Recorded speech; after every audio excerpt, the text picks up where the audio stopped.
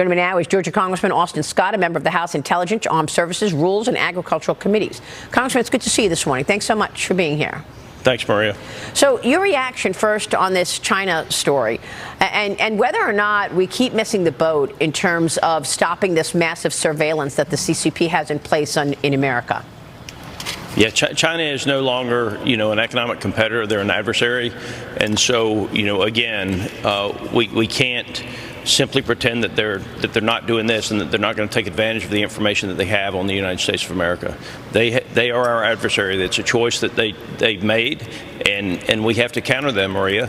And so we're going to spend some money to take them out of our telecom networks, but I expect that they have been listening to anything and everything that elected officials and people who run companies have been saying and doing and texting over the last several years. And so it's not something that we can ignore.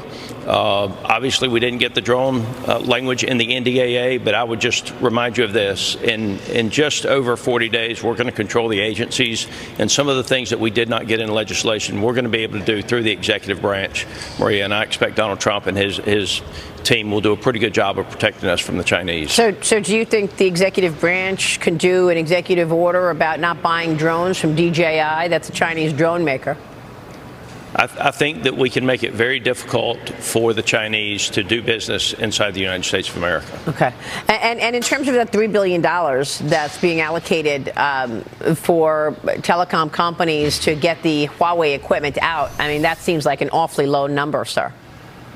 I agree. And, the telecom companies have some responsibility in this as well. They have acknowledged and they have worked with our agencies pretty closely. And I think that, you'll see them working closer with, CISA and the FBI to find out exactly what the Chinese have been doing and how we make sure that this doesn't happen again.